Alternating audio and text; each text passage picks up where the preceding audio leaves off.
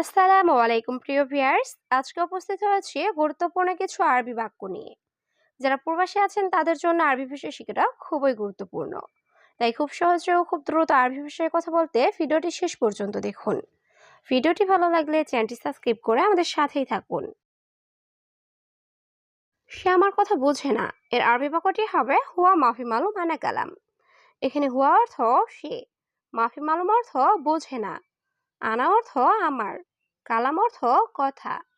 হুয়া মাফি মালুম আনা কালাম, সে আমার কথা বোঝে না। তোমার বুদ্ধি নাই, এর আরবি বাক্যটি হবে ইনতা মুখ মাফি। এখানে ইনতা অর্থ তুমি বা তোমার, মুখ মাফি অর্থ বুদ্ধি নাই বা বিবেকহীন। ইনতা মুখ মাফি, তোমার বুদ্ধি নাই। কত বছর তুমি এখানে আছো, এর আরবি বাক্যটি হবে ইনতা কামসানা মজুদ হেনা। এখানে ইনতা অর্থ তুমি, কাম অর্থ কত, সানা অর্থ বৎসর, মজুদ অর্থ আছো, হেনা অর্থ এখানে। ইনতা কামসানা মজুদ হেনা, কত বছর তুমি এখানে আছো। তুমি কি আমার কথা বুঝো, এর আরবি বাক্যটি হবে ইনতা আনা কালাম মালুম। এখানে ইনতা অর্থ তুমি, আনা অর্থ আমার, কালাম অর্থ কথা, মালুম অর্থ বোঝা বা জানা। ইনতা আনা কালাম মালুম, তুমি কি আমার কথা বুঝো। আমি কি বলি আর তুমি কি বুঝো, এর আরবি বাক্যটি হবে আনা এশ কালাম কিন্তু এশ মালুম। এখানে আনা অর্থ আমি, এস অর্থ কি, কালাম অর্থ কথা বলা, ইনতা অর্থ তুমি, মালুম অর্থ বোঝা। আনা এশ কালাম ইনতা এশ মালুম, আমি কি বলি আর তুমি কি বোঝো। আমি যাওয়ার পর তুমি ঘুমাবে, এর আরবি বাক্যটি হবে আনারু বাদান ইনতা নুম। এখানে আনা অর্থ আমি, রুহ অর্থ যাওয়া, বাদান অর্থ পর, ইনতা অর্থ তুমি, নুম অর্থ ঘুমানো। আনারু বাদান ইনতা নুম, আমি যাওয়ার পর তুমি ঘুমাবে। আমি নাস্তা করব, এর আরবি বাক্যটি হবে আনা সই ফুতুর। এখানে আনা অর্থ আমি, সই অর্থ করা, ফুতুর অর্থ নাস্তা। আনা সই ফুতুর, আমি নাস্তা করব। আমি এই কথা বলিনি, এর আরবি বাক্যটি হবে আনা মাফি হাদা কালাম। এখানে আনা অর্থ আমি, মাফি অর্থ না, হাদা অর্থ এই, কালাম অর্থ কথা বলা। আনা মাফি হাদা কালাম, আমি এই কথা বলিনি। তুমি আমার সাথে কাজ করো, এর আরবি বাক্যটি হবে ইনতা সুগল সাওয়া সাওয়ানা। এখানে ইনতা অর্থ তুমি, সুগল অর্থ কাজ করা, সাস অর্থ সাথে, আনা অর্থ আমার। ইনতা সুগল সাওয়া সাওয়ানা, তুমি আমার সাথে কাজ করো। বেশি বকবক করলে মাথা নষ্ট হয়ে যায়, এর আরবি বাক্যটি হবে জিয়াদা গিরগির রাস খারবান। এখানে জিয়াদা অর্থ বেশি, গিরগির অর্থ বকবক করা, রাজ অর্থ মাথা, খারবান অর্থ খারাপ বা নষ্ট। জিয়াদা গিরগির রাস খারবান, বেশি বকবক করলে মাথা নষ্ট হয়ে যায়। এটা অনেক সমস্যা, এর আরবি বাক্যটি হবে হাদা জিয়াদা মুশকিলা। এখানে হাদা অর্থ এটা, জিয়াদা অর্থ অনেক, মুশকিলা অর্থ সমস্যা। হাদা জিয়াদা মুশকিলা, এটা অনেক সমস্যা। সে আমার কর্মচারী, এর আরবি বাক্যটি হবে হুয়া আনা আমেল। এখানে হুয়া অর্থ সে, আনা অর্থ আমার, আমেল অর্থ কর্মচারী। হুয়া আনা আমেল, সে আমার কর্মচারী। আমি বাংলা বুঝি না, এর আরবি বাক্যটি হবে আনা মাফি মালুম বাংলা। এখানে আনা অর্থ আমি, মাফি মালুম অর্থ বুঝি না, আনা মাফি মালুম বাংলা, আমি বাংলা বুঝি না। আমি গরিব লোক, এর আরবি বাক্যটি হবে আনা মিসকিন নফর।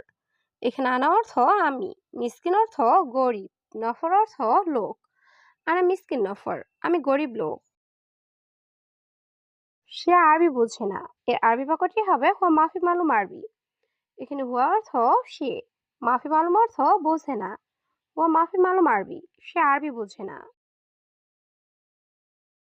আগামীকাল টাকা দিব, এর আরবি বাক্যটি হবে বুকরা আতি ফুলুস। এখানে বুকরা অর্থ আগামীকাল, আতি অর্থ দেওয়া, ফুলুস অর্থ টাকা। বুকরা আতি ফুলুস, আগামীকাল টাকা দিব। সে বাংলা বোঝে, এর আরবি বাক্যটি হবে হুয়া মালুম বাংলা। এখানে হুয়া অর্থ সে, মালুম অর্থ জানা বা বোঝা। হুয়া মালুম বাংলা, সে বাংলা বোঝে।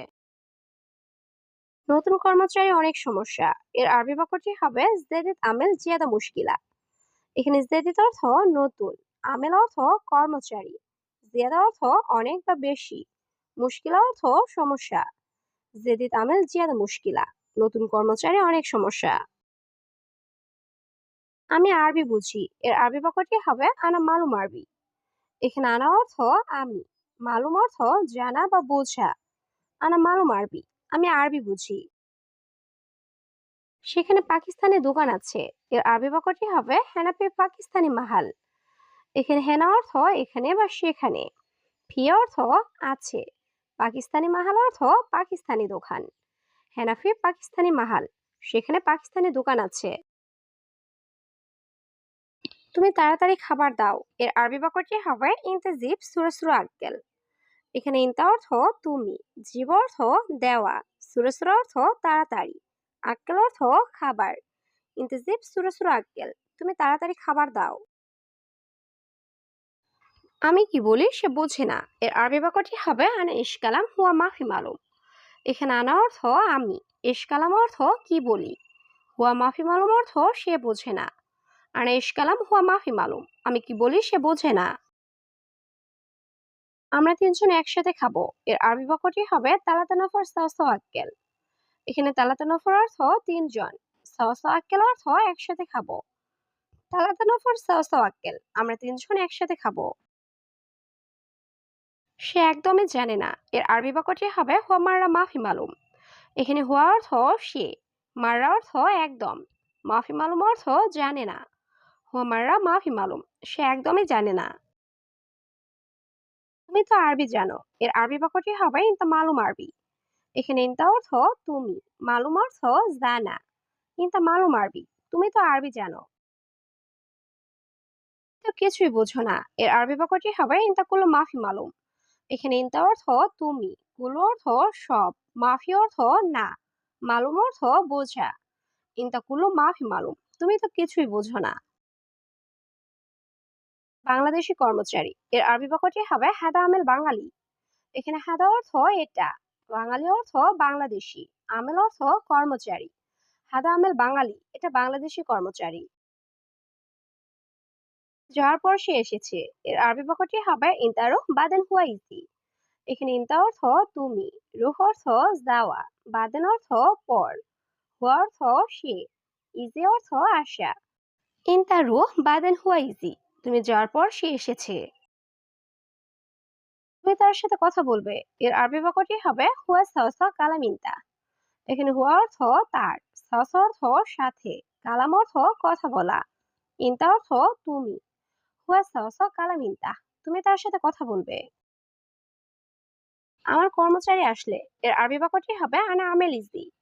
এখানে আনা অর্থ আমার, আমেল অর্থ কর্মচারী, ইজি অর্থ আসা। আনা আমেল ইজি, আমার কর্মচারী আসলে।